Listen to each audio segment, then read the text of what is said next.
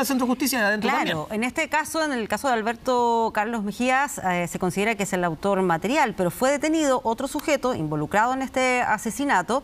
Primero se creía que era el intermediario entre los sicarios y el presunto autor intelectual, pero al parecer sería quien facilitó las armas. Quien tiene más detalles es Max Frick, así que Max, cuéntanos, ¿qué es lo que ocurrió con esta detención? Hola, Max. Hola Pati, hola Toti, ¿cómo están? Buenas tardes. Sí, se está desarrollando esta audiencia de formalización de cargos en contra de estos dos sujetos que fueron detenidos el día viernes, pero se han conocido detalles en la audiencia, porque en la audiencia hay otros 5 formalizados, entre ellos 3 mujeres, de que estos dos sujetos, por lo menos uno, conocido como el tío Luca, era un blanco investigativo de ese allanamiento que se realizó en el edificio de calle Inglaterra, en la comuna de Independencia, pero no fue detenido porque alguien aparentemente le avisó.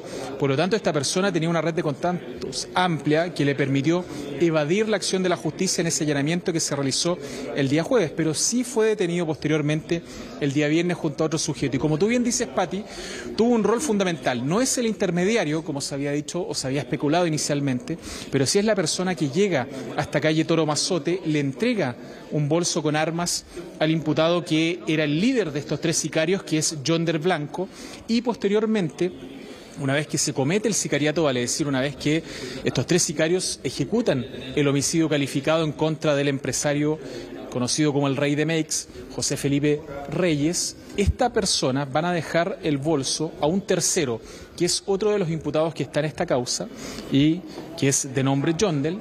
Y este sujeto Yondel finalmente es el que entrega las armas al denominado tío Lucas. No podemos decir sus nombres porque desde el Tribunal de Garantía la jueza prohibió identificar a estas personas con sus nombres, teniendo en cuenta que hay una presunción de inocencia hasta que estas personas no sean condenadas. Y posteriormente este sujeto, identificado como el tío Luca, es quien guarda las armas al interior de este edificio que tenía una veintena de departamentos tomados. Por lo tanto, es ahí la vinculación que logra hacer inicialmente el departamento OS9 de Carabineros, gracias a información que había sido entregada por la Policía de Investigaciones, que estaba realizando esa investigación en esos edificios y que le informa al departamento OS9 que efectivamente habían algunos blancos investigativos que podían corresponder a esta causa que ellos llevaban junto con la Fiscalía Oriente para detener a los autores del homicidio calificado del Rey de Meix, compañeros. Sí, Max, algo que llama muchísimo la atención es lo que tú mencionabas, que tenía este vínculo con ese llamado edificio sin ley, ¿no? Ese edificio donde estaban los departamentos tomados.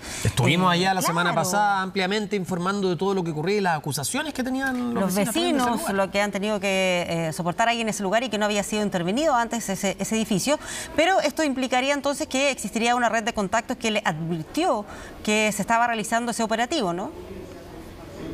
Sí, efectivamente, eso es lo que dijo el fiscal. Nosotros abandonamos la sala cuando se estaba dando el detalle de esa información, pero efectivamente esta persona estaba dentro de los blancos investigativos para ser detenido. De hecho, ese día se informó efectivamente por parte de la Dirección de Investigación Criminal de Carabineros que ellos habían ido a buscar un blanco investigativo que estaba vinculado con el crimen del Rey de Meix y lamentablemente no lo habían podido detener. Bueno, ahora el fiscal Miguel Ángel Orellana, que es el fiscal jefe de la Fiscalía de Alta Complejidad Oriente, estaba leyendo algunas conversaciones en las cuales identificaba una persona que le advertía a este sujeto que se deshiciera de información relevante en la causa o incluso de especies, y ahí es cuando este sujeto hace abandono del edificio, pero evidentemente ya estaba su teléfono celular intervenido, ya la policía, en este caso el departamento S9, seguía sus pasos, por lo tanto fue cuestión de tiempo. Lo detuvieron al día siguiente a ese operativo, a ese mega operativo que se realizó en el edificio sin ley, ubicado en Independencia, y lo encontraron muy cerca de ese lugar, en calle Escanilla,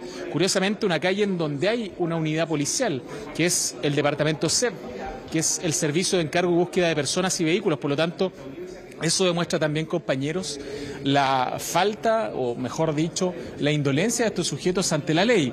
Él se sentía tan seguro en las calles, había, de entre comillas, escapado ese día gracias a la información que había recibido, pero siguió caminando por los barrios y fue en ese contexto que Carabineros finalmente lo detiene el día viernes en compañía de este otro sujeto, pero en los allanamientos solamente se encontraron municiones en ese edificio, no se encontraron las armas. Por lo tanto, se presume que estos sujetos, una vez que ocultaron las armas, finalmente se deshicieron de estas, pasado algunos días del crimen. Hay que recordar que el crimen fue ya hace aproximadamente 2 meses, fue el 19 de junio. A él le entregan las armas ese mismo 19, las esconde en uno de estos departamentos que estaban tomados, pero ya cuando Carabineros ingresa al domicilio en donde podía estar este sujeto, las armas ya no estaban en ese lugar. A las otras 5 personas que también estaban en el edificio y fueron detenidos ese día por distintos delitos, entre ellos microtráfico, usurpación de departamento, este hecho violentísimo del cual conocimos que era la tortura de un joven que había sido secuestrado, un menor de 16 años de nacionalidad dominicana, y quien incluso había recibido un disparo por rechazar integrarse a esta banda de sujetos que estaban adentro de ese edificio, que se hacían conocer como los ñaños. También se les formalizó por estos delitos. Por lo tanto, esas otras 5 personas, probablemente 4 de ellos, van a quedar en prisión preventiva, y hay una mujer que ya por lo menos se descartó su participación en ese delito gravísimo que es la sustracción del menor con esta lesión gravísima que le producen con un arma de fuego. Así que hay una persona que ya por lo menos la Fiscalía pidió las cautelares de arresto domiciliario nocturno y arraigo. De los otros 4, probablemente junto a los 2 formalizados por el homicidio calificado del Rey de Mex, se les va a solicitar la medida cautelar de prisión preventiva. Ahora, la persona que fue el mediador, que supuestamente era quien creíamos que detuvieron, digamos, ¿sigue prófugo, Max? ¿Qué se está haciendo también para dar con el paradero? Porque nos estamos dando cuenta que es una red muchísimo más grande de la que pensaba. ¿Cuántos más faltarán también por detener?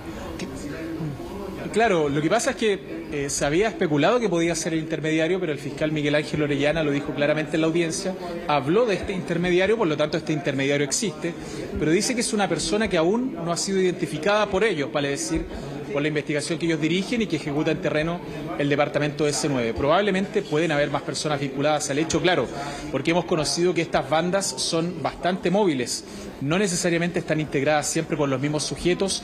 En la comitancia de distintos delitos los integran sujetos que no son los mismos. Por ejemplo, en la casa de tortura que fue encontrada en la comuna de Renca, era utilizada para personas que eran privadas de libertad, que estaban en cautiverio producto de un secuestro, pero llegaban distintas bandas a dejar en cautiverio a personas que estaban secuestradas, como por ejemplo el caso del exalcalde Gonzalo Montoya. Bueno, en este caso ocurre lo mismo. Estas personas estaban ligadas directamente con esta banda, sí, pero no cumplían funciones de ejecución directa, sino que eran labores de cobertura. En este caso, entregar el armamento y posteriormente retirarlo para ser ocultado en el caso de que las personas fueran detenidas, hablamos de los sicarios, no se les encontrara el armamento que ellos piensan que es una prueba fundamental, pero acá la Fiscalía ha logrado establecer a través de seguimientos de cámaras de seguridad que fueron conseguidas por el OS9 que la participación de estos 3 sicarios está plenamente acreditada.